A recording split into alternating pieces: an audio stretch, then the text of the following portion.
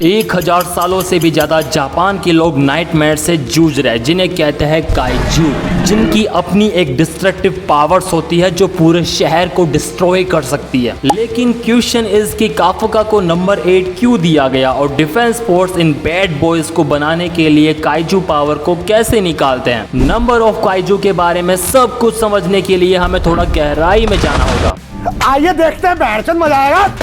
हर kaiju की अलग अलग एबिलिटी होती है, लेकिन वो सभी अपनी पावर बॉडी के एक पार्ट से लेते हैं जिसे यूनी ऑर्गन कहा जाता है। वो टेलीपोर्टेशन, साइज बदलने और उड़ने से लेकर कुछ भी कर सकते हैं। इनका मुकाबला करने के लिए एंटी काइजू डिफेंस फोर्स ने पावर और क्लासिफिकेशन को मेजर करने के लिए एक स्केल तैयार किया जिसे कहते हैं फोर्टिट्यूड लेवल, जिसके अंदर काइजू की पहली कैटेगरी होन्जू है जो आर्मी में बाकी छोटे मॉन्स्टर का लीडर होता है, जिनका फोर्टिट्यूड लेवल यूजुअली 6.0 होता है। और चैप्टर 7 में 6.4 फोर्टिट्यूड लेवल के होन्जू को रोकने के लिए केवल एक कैप्टन और वाइस कैप्टन ही काफी था। छोटे काइजू का अपना एक नाम होता है योजू, जो बड़ी संख्या में दिखाई देते हैं और इनमें से कुछ 6.0 फोर्टिट्यूड लेवल को भी पार कर जाते हैं। ये सिर्फ उनके लीडर पर डिपेंड करता है। एक 9.0 मॉन्स्टर 8.0 या 7.0 से कई गुना ज्यादा पावरफुल होता है, इसलिए ऐसा मॉन्स्टर जो 8.0 या उससे ज्यादा पावर रखता है उनके लिए एक स्पेशल कैटेगरी बनाई जाती है जिसे दाइकाइजू कहा जाता है। रिकॉर्ड्स के अकॉर्डिंग होशिना फैमिली अपनी तलवारबाजी के लिए पॉपुलर है जो मुरोमाची पीरियड से चली आ रही है, जो लगभग 600 साल पहले था। इसका मतलब है कि ये लोग सदियों से इन मॉन्स्टर से लड़ रहे हैं, क्योंकि दाइकाइजू का उदय मिरे की युग में हुआ था जो 1655 से 1658 तक फैला हुआ था।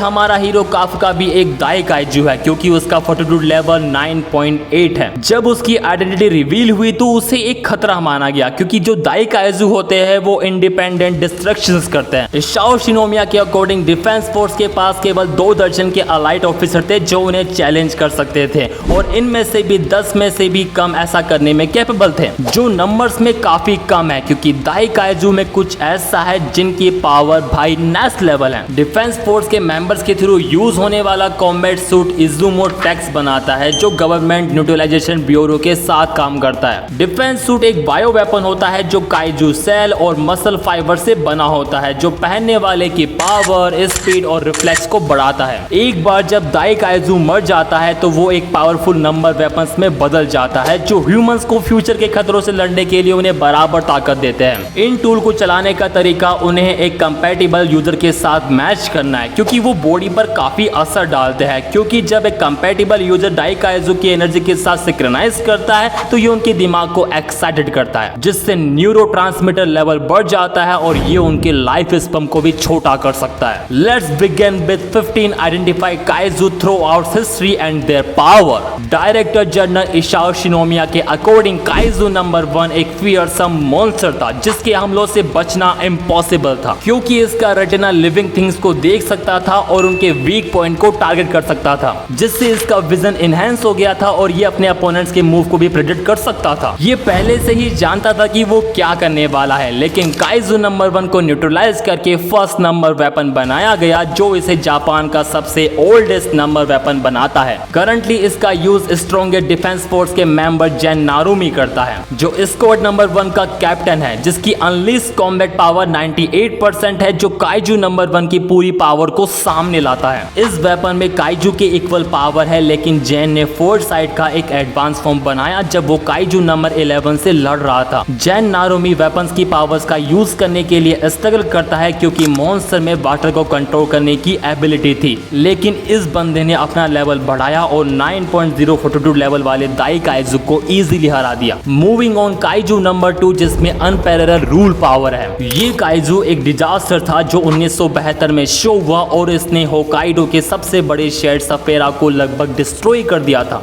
जब डिफेंस फोर्स ने इसे हरा दिया तो इसकी बॉडी का यूज जनरल के लिए कॉम्बैट सूट बनाने के लिए किया गया और केवल इशाओ शिनोमिया जैसा एबिलिटी वाला बंदा ही इस वेपन को हैंडल कर सकता था। ये इतना इफेक्टिव था कि होशिना ने काफका को नंबर 9 के अगेंस्ट इस पावर का यूज करने के लिए ट्रेन किया। जनरल ने काइजू नंबर 8 की फॉर्म में क्रेजी काफका का भी सामना किया था। उनकी फाइट को देखकर लग रहा था कि भाई 2 काइजू आपस में फाइट कर रहे हैं, जिसमें नंबर 2 ने मोस्ट ऑफ फाइट में नंबर 8 को इजिली हरा दिया था और यहाँ तक कि उसकी स्ट्रॉन्ग बॉडी को भी इंजर कर दिया था, जिससे उसकी स्पाइन ब्रेक हो गई थी। बस उसका कोर ही जो है वो बचा हुआ था। और जैसा कि हम जानते हैं कि काफका के पास 9.842 लेवल है, ये जो हमें बताता है कि नंबर 2 को मारने के लिए डिफेंस फोर्स को कितना टाइम लगा होगा। 1972 में पूरे शहर को डिस्ट्रॉय करने के लिए नंबर 2 ने जिस पावर का यूज किया वो थी सोनिक बूम, जिसने नंबर 8 को भी उड़ा दिया था। और जैसे ही उनके अटैक मिलते हैं, उन्होंने मिलिट्री के बंकर की 2 लेयर को भी डिस्ट्रॉय कर दिया था, जो 10.0 की पावर्स का भी सामना कर सकते थे। और काइजू नंबर 9 ने भी कहा था कि उसकी पावरफुल बॉडी भी जनरल के अटैक को हैंडल नहीं कर पा रही है। फिर आता है काइजू नंबर 4, जिसकी पीठ पर कई सारे विंग्स है जो इसे उड़ाने में, हाई स्पीड गेन करने में कैपेबल बनाते हैं। लिटरली नंबर 4 के वेपन्स फॉर्म को सभी गिने हुए वेपन में सबसे तेज माना जाता है। अब ये देखते हुए कि मांगा में नंबर 9 और 8 ने मार्क 5 से 10 के इक्वल स्पीड में कैसे काम किया, जो लगभग 3800 से 7600 किलोमीटर पर आवर्स है। इसलिए वेपन्स यूजर्स को काइजू नंबर 4 के सिमिलर विंग्स भी देता है। ये यूजर्स को काइजू को इतनी हाई स्पीड से हराने की परमिशन देता है जिसे ह्यूमंस आइज भी नहीं देख सकती। काइजू नंबर 4 किकुरु को 40% तक हाई स्पीड देता है और हायर डिफेंस फोर्स के सोल्जर के लिए भी उसको ट्रैक करना मुश्किल है। वो इजिली 7.04 के काइजू को मार सकती है, चाहे वो 18 किलोमीटर की डिस्टेंस को पार करने के लिए 3 सेकंड का वॉल पार्क यूज करे। इनफैक्ट काइजू नंबर 4 के वेपन को मार्क 17 तक स्केल किया गया था जब मॉन्स्टर नंबर 15 शिनजुकु वॉल में था और किकुरु ने अराकी कोस्ट से स्टार्ट किया और 18 किलोमीटर के डिस्टेंस के लिए केवल 3 सेकंड का वॉक पार्क यूज करके 7.442 लेवल वाले काइजू को इजीली हरा दिया। नंबर 4 के वेपन का यूज पहले किकुरु की मां हकारी करती थी, जो सेकंड डिवीजन की एक पॉपुलर कैप्टन थी। इन अदर वर्ड वो अपने टाइम की मीना आशिरो थी। लेकिन किकुरु का लेवल अभी भी अपनी मां के इक्वल नहीं है। जैन नारुमे के साथ ट्रेनिंग करने के बाद भी किकुरु अपनी सूट की 84% पावर को रिलीज करने में कैपेबल है, जो देखा जाए तो बस 94% तक बढ़ सकती है। इसलिए इस वेपन को हम बी लेवल पर रखते हैं क्योंकि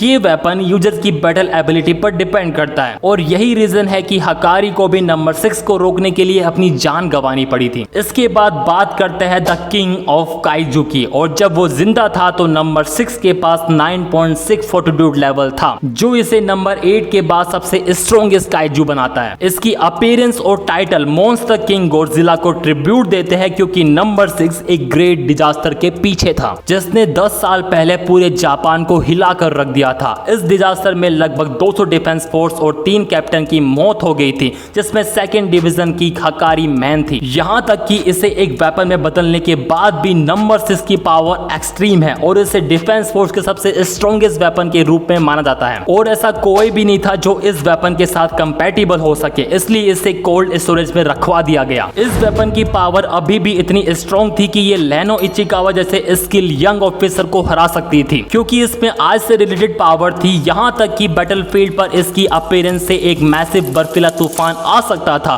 और इससे बना सूट कोल्ड एलर्जी क्रिएट कर सकता था। हालांकि हाशिनो ने लेनो को इस वेपन के लिए रिकमेंडेड किया और लेनो ने इसका यूज मोल्ड टाइप 67 काइजू के अगेंस्ट सक्सेसफुली किया भी। तब से लेनो इस वेपन का ऑफिशियली यूजर बन गया और प्रेजेंट में वो अपनी सूट की पावर को 51% तक बढ़ा सकता है। उसे दाई काइजू से कई एबिलिटी मिलती है, लाइक वो लार्ज मूवमेंट में आइस निकाल सकता है और अपनी बॉडी से एनर्जी को फ्रीज करने, और इसके साथ वो अपने अपोनेंट्स को अपने हाथ से टच करके फ्रीज कर सकता है। अपनी स्किल को और भी इंप्रूव करने के बाद लेनो अब एक सिंगल अटैक में दाई काइजू के पूरे झुंड को फ्रीज कर सकता है, इसलिए इसको हम ए लेवल पर रख सकते हैं। अब हम बात करेंगे सीरीज के सबसे स्ट्रॉन्गेस्ट काइजू के बारे में, जो है ये। तू समझा? हाँ।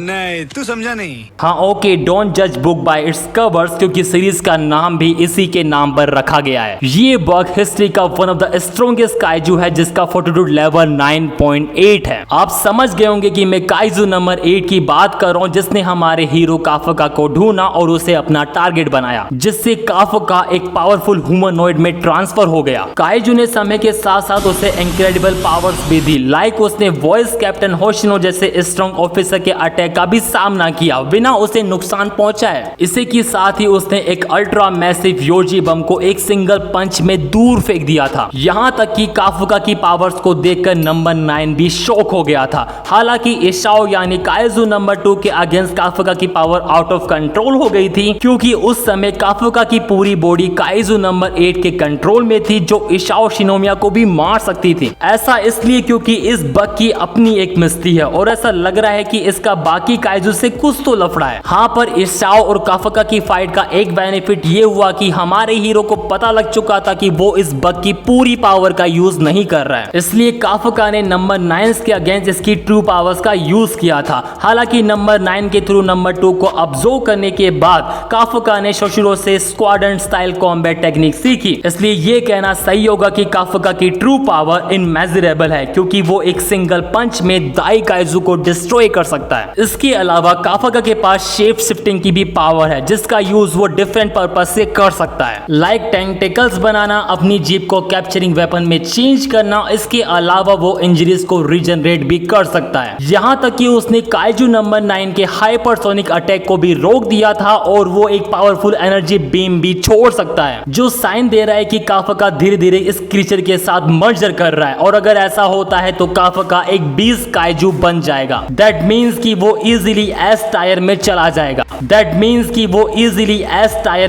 जाएगा। काइजू नंबर 8 के अलावा एक और 20 काइजू है, जो और कोई नहीं बल्कि काइजू नंबर 9 है। ये शेप शिफ्टिंग एबिलिटी का यूज करके किसी भी इंसान को ऑब्जर्व कर सकता है। और इसके अलावा जापान में हो रहे सभी डिजास्टर के पीछे जो मास्टरमाइंड है वो नंबर 9 ही है। जैसा कि हमने पहले कहा था कि काइजू की पावर एक पावरफुल वेपन में बदल जाती है, लेकिन नंबर 9 उन्हें काइजू की तरह ही वापस लाने के मिशन पर है। ये अपने मिशन को पूरा करने के लिए किसी भी हद तक जा सकता है, किसी भी हद तक। इसकी सबसे डेंजरस पावर शेप शिफ्टिंग है, जिसका यूज ये मैनकाइंड के साथ घुलने मिलने और सही टाइम पर अटैक करने के लिए करता है। ये first time defence force examination के फाइनल फेज में दिखा था, जहां इसने किकुरो को वन शॉट में लगभग खत्म ही कर दिया था अगर काफुका वहां नहीं आता तो। जहां इसने किकुरो के मारे हुए होंजी को रिवाइव करके अपनी पावर दिखाई। महीनों बाद जब नंबर 9 एक इंसान के रूप में फिर से दिखा तो उसका प्लान सभी को डिस्ट्रैक्ट करके डिफेंस फोर्स के लीडर को पकड़ना था, और उसने ऐसा किया भी। यानी उसने एक तीर से 2 निशाने मारे। फर्स्ट, डिफेंस फोर्स के लीडर को मारकर उनकी पावर को कमजोर कर दिया, और सेकंड, नंबर 2 काइजू को भी अब्सॉर्ब कर लिया। और यही उसकी डेंजरस एबिलिटी भी है कि वो किसी को भी अब्सॉर्ब कर सकता है, चाहे वो काइजू हो या फिर इंसान। लेकिन इस समय ये काफुका जितना स्ट्रॉन्ग नहीं था, बावजूद इसके कि इसके प्रोजेक्टाइल नंबर 8 के आर्मर को डिस्ट्रॉय करने में कैपेबल थे। लेकिन जब काफुका ने अपनी ट्रू पावर दिखाई तो वो इसके कोर तक इजीली पहुंच गया था, और तभी वहां पर कई सारे ऑफिसर आते हैं, जिससे नंबर 9 को भागने का मौका मिल जाता है। पर कुछ भी कहो, ये दुनिया का अब तक का सबसे बड़ा डिजास्टर है। डायरेक्टर जनरल ने इसे एक वायरस कहा और काजी ने इसे एक मेजर थ्रेट माना। अपने बड़े ब्रेन का यूज करते हुए नंबर 9 ने पूरे डिफेंस फोर्स को मात दी, ताकि वो इशाओ को निशाना बनाकर अपना काम निकाल सके। यहाँ तक कि इशाओ से 2 पावर एनर्जी ब्लास्ट खाने के बाद भी नंबर 9 जिंदा बच गया। ये कोई शॉकिंग बात नहीं है कि काइजू नंबर 9 सीरीज में सबसे स्ट्रॉन्गेस्ट काइजूस में से एक है, जिसका स्टार्टिंग फोर्टिट्यूड लेवल 8.5 है, और नंबर 2 की पावर को ऑब्जर्व करने के बाद वो शायद न्यू मॉन्स्टर किंग भी बन चुका है। इसके अलावा उसके पास कई सैकड़ों काइजूस को ऑर्डर देने और उन्हें कंट्रोल करने की एबिलिटी भी है, जिसमें 9.0 से भी ज्यादा फोर्टिट्यूड लेवल वाले काइजूस शामिल है, जो नंबर 9 को एस टायर में लाते हैं। इसके अलावा नंबर 9 ने इसाओ की यादों का यूज करके हर पावरफुल ऑफिसर की ताकत का मुकाबला करने के लिए स्पेशल काइजू को क्रिएट किया, जो कि नंबर 10 से स्टार्ट होते हैं। काफुका और क्रू ने अपना फर्स्ट मिशन पूरा करने के बाद एक बड़े खतरे का सामना किया, ताचिबाना में डिवीजन 3 बेस पर हमला। ये काइजू एक वाइन टाइप योजू के साथ अटैक करता है, जिसका टारगेट डिफेंस फोर्स के मेंबर्स को पकड़ना है। ये सीधे शोशिरो द वाइस कैप्टन पर अटैक करता है, लेकिन कैप्टन इससे ज्यादा पावरफुल निकलता है। दोनों के बीच एक तगड़ी फाइट होती है, जहां नंबर 10 का फोर्टिट्यूड लेवल 8.3 के अराउंड था, वो इंक्रीज होकर 9 हो जाता है। इस लेवल के साथ नंबर 10 होशिनो पर भारी पड़ जाता है, और जैसे वो उसे मारने वाला होता है, मीना उस पर एक गोली चलाती है। किकुरो की मदद से शोशिरो नंबर 10 के कोर तक पहुंच जाता है और उसे डिस्ट्रॉय कर देता है, और इससे जो वेपन बना उसका यूज होशिनो ही करता है। हालांकि नंबर 10 ने खुलासा किया कि इसे नंबर 9 के थ्रू नंबर 12 के लिए एक फेल प्रोटोटाइप के रूप में बनाया गया था। यही रीजन था कि वो एक आउटकास्ट था, इसलिए ये देखते हुए कि उसका फोर्टिट्यूड लेवल बाकी दाई काइजू से कम है, इसलिए वो बी टायर के लायक तो है। बात करें काइजू नंबर 12 की, तो ये अग्रेसिव नंबर 10 के अपोजिट एकदम शांत था। काइजू नंबर 12 को स्पेशली डिफेंस फोर्स के सबसे स्ट्रॉन्गेस्ट फाइटर शोशिरो का सामना करने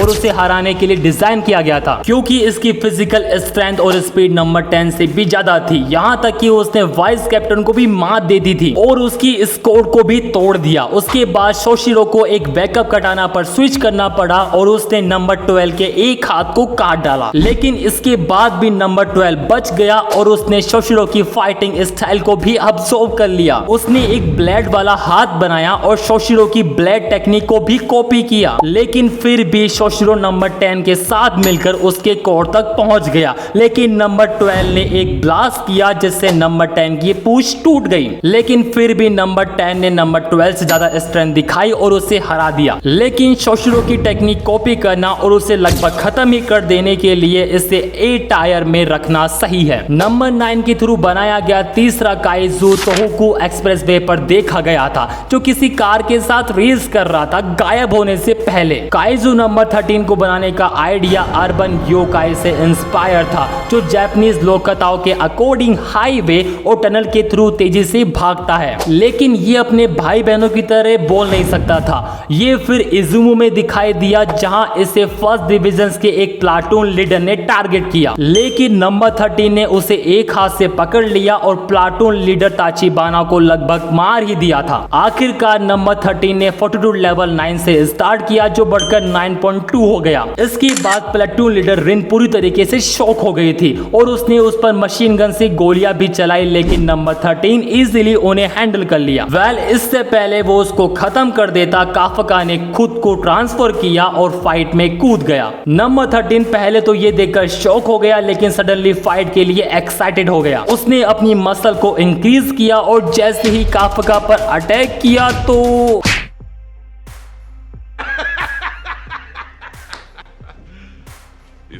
इसलिए हम इसे ए टायर में रखते हैं। लेट्स मूव और काइजू नंबर 14, जो काफी ज्यादा अजीब है। मतलब एक बार देखो इसे भाई, जिसे देखकर हर कोई लगभग डर ही गया था जब ये first time Saitama prefecture line में दिखाई दिया था। इसकी प्रेजेंस से पता चलता है कि इसमें कुछ तो इनहेंस पावर है। जब नंबर 14 ताचिबाना में दिखाई दिया तो कैप्टन मीना ने इसे न्यूट्रलाइज करने का चार्ज उठाया, लेकिन नंबर 14 ने उसके अटैक से बचने के लिए अपनी इंस्टेंट टेलीपोर्टेशन का यूज किया, जो नंबर 9 के थ्रू मीना की लॉन्ग रेंज वेपन की स्किल को देखकर डिजाइन किया था।